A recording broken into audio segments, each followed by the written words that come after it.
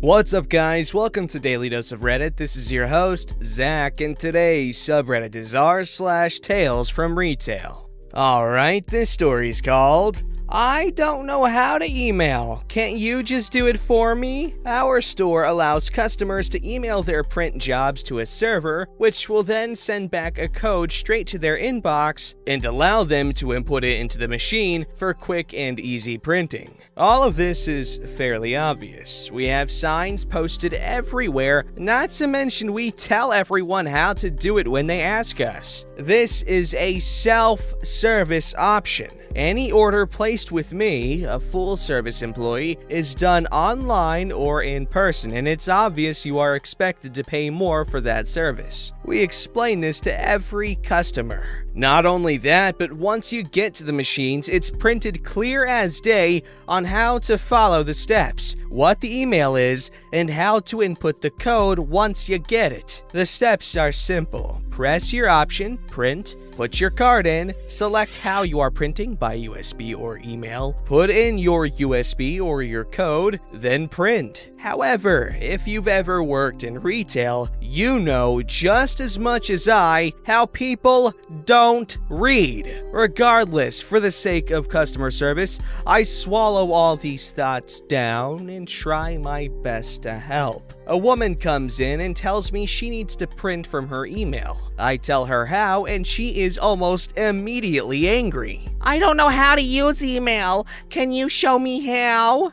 I actually don't know your email or the service you use. You would have to find your documents and then I could— Why can't you just print it? Well, you need to email it over to this first so we can access it, and I'll show you how to print it over on our self-serve printers. You have printers back there. Just print it. She moves her phone closer to me. I step back slightly. Unfortunately, I can't touch your phone due to the Dello, and this is our full serve area. If I were to print your documents, there is a mandatory percentage upcharge to have them printed on the spot. You can come back at time to pick up your order if you'd want to waive that fee. It's one page. You can't just print it. I need this now. I can't wait. I'm trying to hide my frustration since this is the third time I'm having this conversation, and I've got $1,000 jobs that need to be finished. Her 15-cent job doesn't matter much to me. No, I can't. Fine. How do I do it again? I tell her. I can't get it. Something's wrong. I look to see that she is getting an error that she's not signed in to her email. You just need to enter your password. I don't know my password. I don't know your password either. What good is that? My phone service just changed and my husband needs these documents printed, so now I don't have access to the right email, but I need these documents. Well, you can just hit reset password and follow that. No, because it's going to try to text me the code and I don't have the same phone service. Why don't you understand? It's so simple. I'm trying not to hit this woman. Ma'am, we are not your phone company. Neither are we your email service. You are using our self-service area. I've done everything I can for you, but this is something you will need. She goes to interrupt me, but I raise my voice so she can't. To solve. If you can't access your documents, there is nothing I can do. I can't print what's not in front of me. I can't pull it out of thin air. Your job is to help me.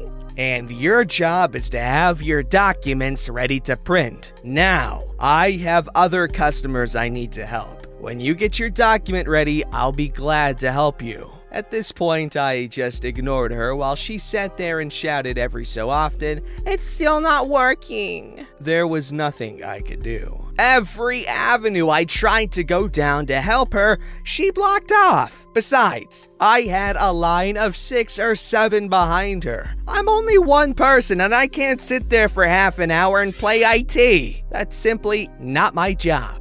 She ended up calling the manager over, who spent nearly 2 hours with her, only to find out those documents weren't even in her email. She threw a fit, but I was so busy I didn't get to hear it. Wait, OP, don't go! She might need your help in the bathroom later.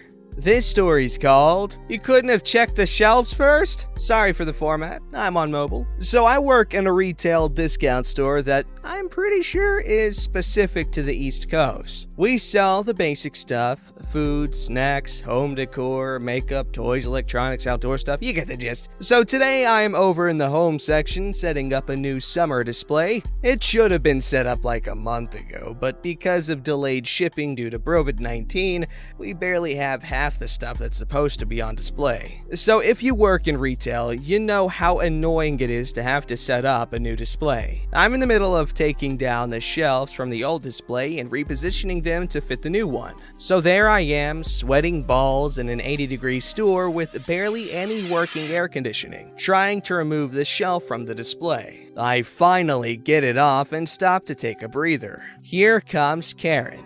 Can I bother you for a second, hun? And before I can bother to give her an answer, she starts explaining that there's an outdoor chandelier in the garden section and she wants it. The problem is, apparently it's the last one and it has no box, as it's obviously the display model. She asked me to check it out and see if I can find the box so she can buy it. I go over and take a look and notice she's not alone. Her husband is with her. I start pretending to look for a box. I know for sure that it doesn't exist and probably got thrown in the baler months ago, but I get the idea that she's not the type of customer who's gonna let me go without at least pretending to look for it. But before I get the chance, her husband starts explaining to me that he wants to make sure this model actually works first. It has no batteries, so I call one of my managers, because she's my friend, and ask her to help me out. She goes to find some batteries to check that it works, but not before telling Karen's husband that she believes the reason this model is on display, we don't display every model, just some,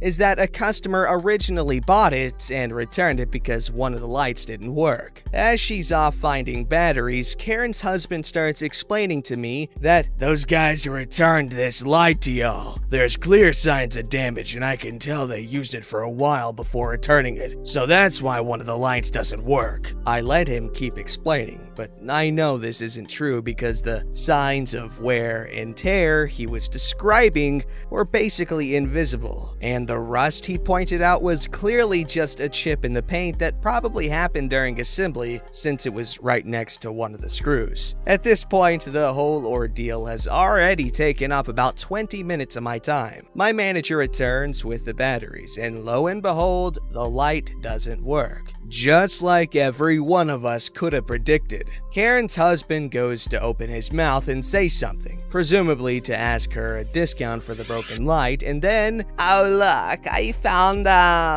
says Karen. Apparently, she turned 45 degrees to the left of the spot she's been standing in for the last 20 minutes and realized that this display model was not the last one we had, as she had earlier exclaimed. In fact, there's an entire shelf of them right next to her the whole damn time. In hindsight, I should have definitely looked for more of them. But honestly, I was leaving in an hour and I just wanted to finish that damn display and go home. Lesson learned. Well, yeah, that's all well and good, but like, if that shelf was so close to her, then like, why didn't you see it? Like, I feel like it should have been obvious. Like, I get you just wanted to go home, but come on.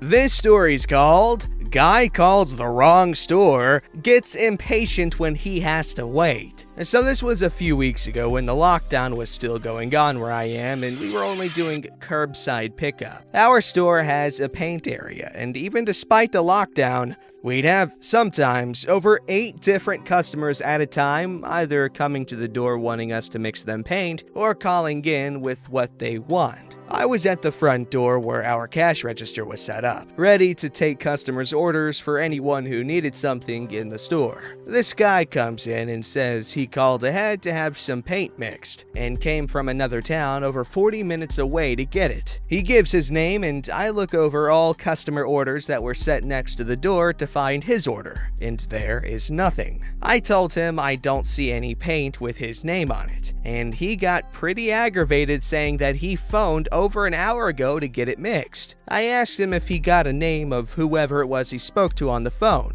and he said he didn't. All he knew was he was speaking to a woman. There was only 2 people in the store that day who would have taken the call. So I quickly asked the worker in paint if she took an order for this customer, and she says she didn't. So the cashier gets on the phone and calls up to the only other person who would have, with the guy seeming to get more aggravated and impatient. I could hear the cashier say on the phone, "You don't take a call for paint either?" The guy butts in and says, "Well, that lady took my info for my paint." I wanted really badly to say, "You don't even know who it was that you were dealing with, so how do you know it was her?" But I kept my mouth shut. So I asked the guy if he has the number he phoned so we can figure it out. He pulls out his cell and pulls up a Google search. After a moment, he shows me the number. I recognized it as a number for another store. This store was under the same ownership as ours, but about an hour away from where we were.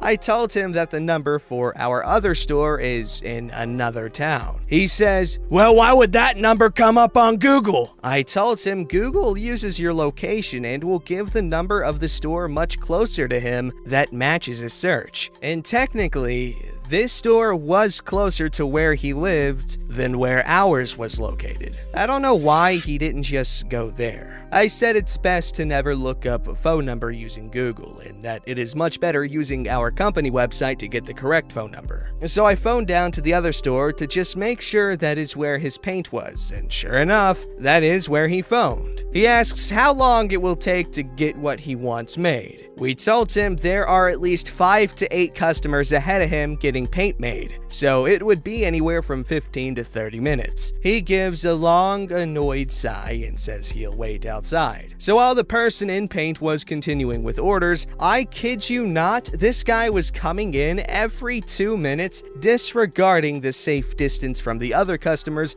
asking if it was ready yet. We kept telling him no, there were still people ahead of him, and to please wait outside to observe the social distancing rules. His behavior was really starting to get on the cashier's nerve. So after 30 minutes, his paint was finally done. As he's paying, he says to the cashier how inconvenient this all was for him. And as he left, the cashier called out, "Have a good day, sir. I'm glad we could fix your mistake." She told me he quickly turned and just darted back to his vehicle. Well, that guy was behaving rudely, but it's good the paint business is still booming.